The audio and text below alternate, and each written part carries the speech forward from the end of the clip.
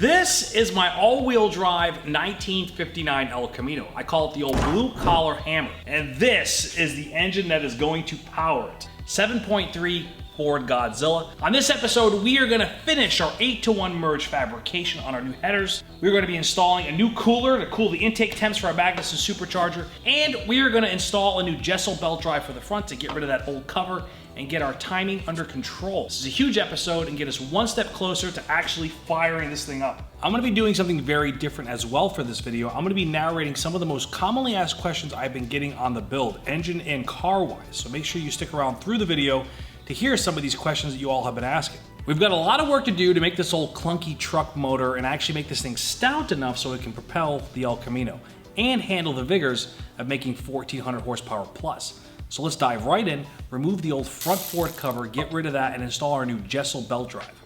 This next part of the puzzle is going to serve two purposes for the Godzilla. One is we are going to be removing the VCT. Going forward, we are going to use a locked out, belt-driven drive from Jesel.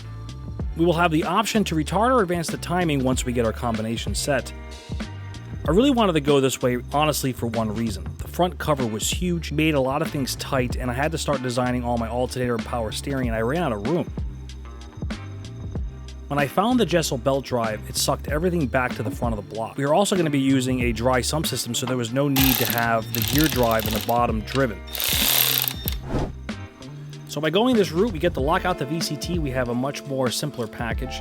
We also have our belt drive, and we also have a way to advance and retard the timing and lock it out. The other thing that's slick about this setup for what I'm trying to do is I actually get to remove the water pump. I had a lot of stuff in the way with all our CVF and the Supercharger belt. That big old water pump was just dangling off the front in the way of everything. So by using this cover, I have two 16AN lines now plumbed directly to the block. Now I can run myself an external water pump and we're good to rock and roll.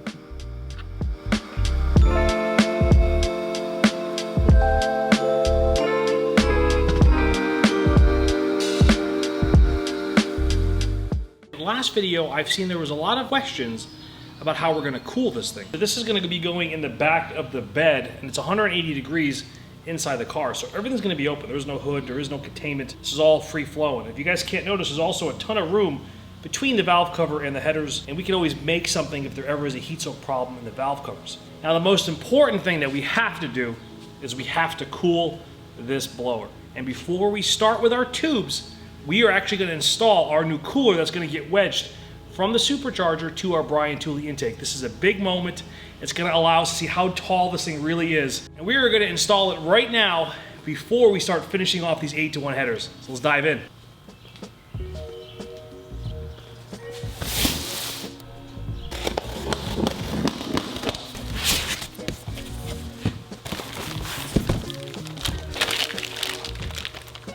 So this piece of artwork is from a company called Alloywerx. He actually makes complete billet-cooled intakes for the Hemi, LS, and the Coyote. He actually doesn't sell these separate. He did it for me since it's such a bastardized child that we're building here. Now that we have this cooler, we can bolt this on, arrange our Magnuson unit, and then from there, we have a way to cool our intake temps going into our Godzilla. Alex, you did an incredible job with this piece, man. Look at this. So this Alloywerx cooler was made for his intakes.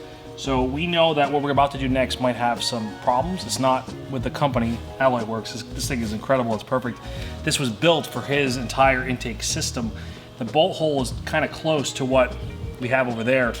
So there might be some problems. Let's go ahead and drop it on, figure out what we can do to adapt it, because if I can adapt this piece, it'll save me time for machining all this stuff and making a cooler. 871 adapter up top. This is a cooler in the bottom, and I can already tell we're gonna have a problem here. His proprietary design is square. The Brian Tooley is a bit round, so we're gonna have to figure out how we can manipulate that, and then the rest will work. And then we'll have our flange up top for our Magnus and pull the intake off. We're gonna have to lob some off this cooler and fill it, and make sure we don't take off too much meat to go in the actual fins. Maybe a little bit more aggressive there.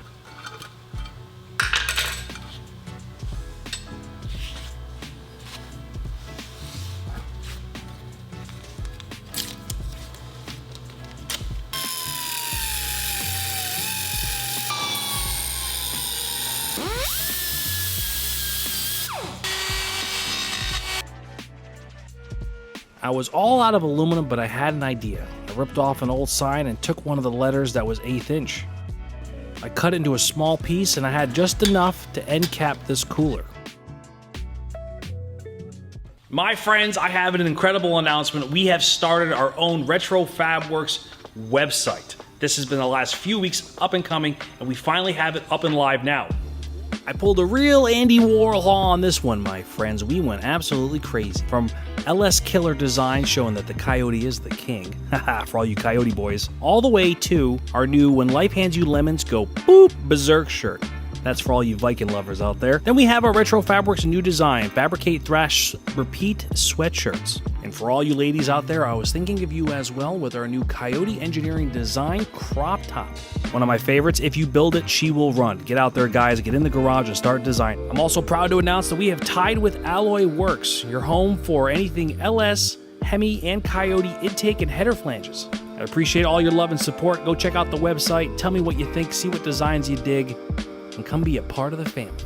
Let's get to it. I actually made a little tester area for the cooler. What I did is I made these fittings out of some old AN-16. I just went to the hardware store, got some caps and plugs, and just crudely fit it all together. We put this into the tank, and I put a lot of pressure. I was supposed to only do 20. I put 30 PSI to this thing in here for a whole hour. So this thing didn't have any leaks, we're good to go. So it is now time to install this. But now that everything is trimmed and welded, it can now fit on our Brian Tooley intake. It's time to install it and to see what the Godzilla looks like with this cooler in it.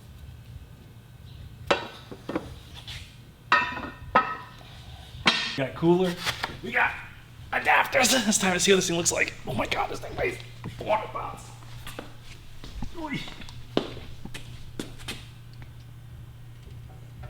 Oh, am I right in the face? Struggling. Struggle button. Wow, look at that. Holy shit.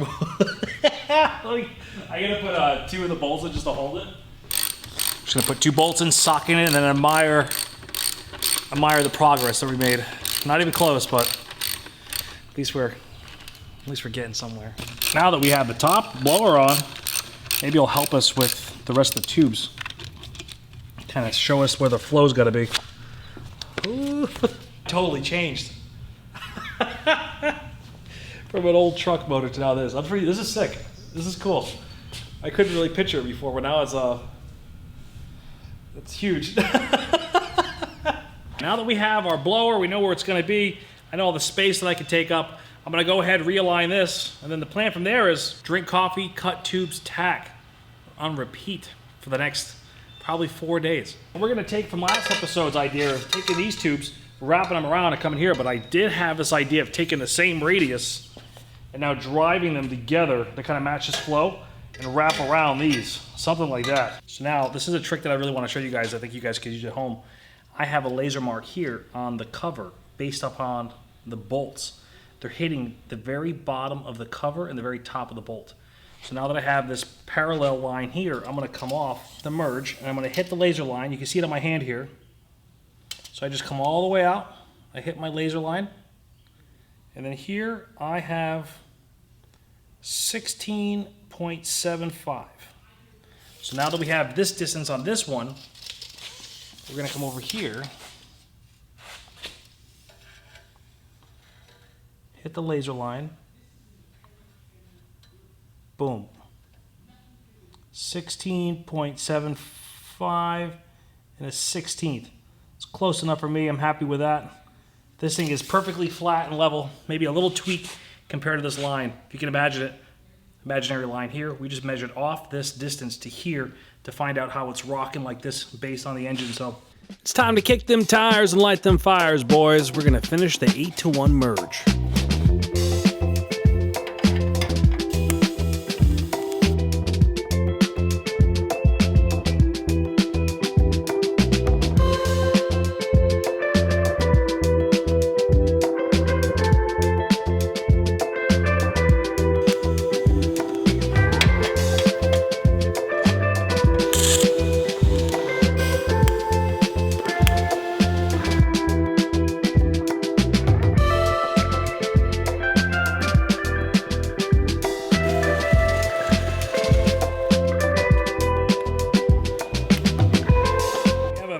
soft start to the first one, so I'm gonna come over here and start seeing where this home is and kind of tie them backwards. I'm gonna take one of these loose radius 90s since I'm not gonna use it. See if we can have it flow a little bit over here on the side of the tube, kind of give it this staggered effect. This one's out here, this one's here, this one's here. Kind of just not make them all in a straight line.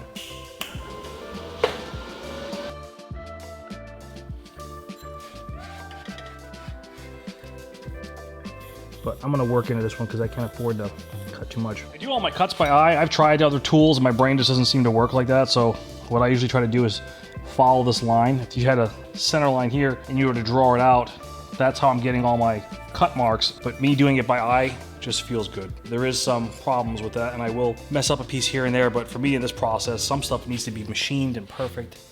And you take your time, like all my design stuff. But for this, I really seem to just get in the flow of marking it, trimming it, and working into my cuts slowly but surely to come up with my area. So I'll come here, super big, and I'll just keep on working back.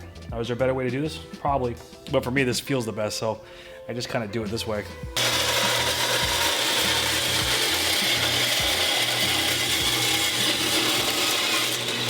As I move forward in this part of the process, I started to really enjoy the pattern the headers were going. I decided I was going to lock in and just keep on pushing forward with this design. From there, I just kept on prepping, cutting, tacking, moving forward with this one bank. Once I finished this design, it was then going to be time to mirror image it to the opposing side. I couldn't really tell where it was all going just yet, but I knew that we had the right direction. The hardest part about building headers in this way is that once you finish one side, you have to mirror image it. So what you don't see is, in the background, I have a notebook where I measure all my lengths and cuts. I also have a numbering system that I keep to myself, so that way when I have to make the mirror image cuts, I can just lay them out quicker. The next part of the exhaust build was me crossing up the top and the bottom part of the merge. I had to flip both banks on the top and the bottom to get into the right bank on the engine. This was the only way that I could keep the sequential pattern firing in the merge.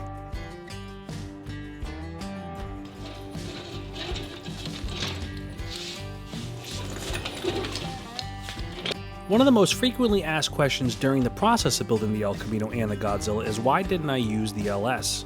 I built many LSs in the past, and to be honest with you, this was more of a science project. I got really excited to learn a new platform. Now I know the LS would have worked, we could have made tons of power, but I feel like I really wanted to do something different with the El Camino. With the Godzilla being 445 cubic inches, the whole theory was we had a big, massive engine making instantaneous torque. On top of that, with a supercharger that made instant boost. Combine those two together and we have ourselves a real agent of chaos when it comes time to laying the hammer down on this old rig. There we go, my friends. We have our 8-to-1 merge, all fabricated and tacked up.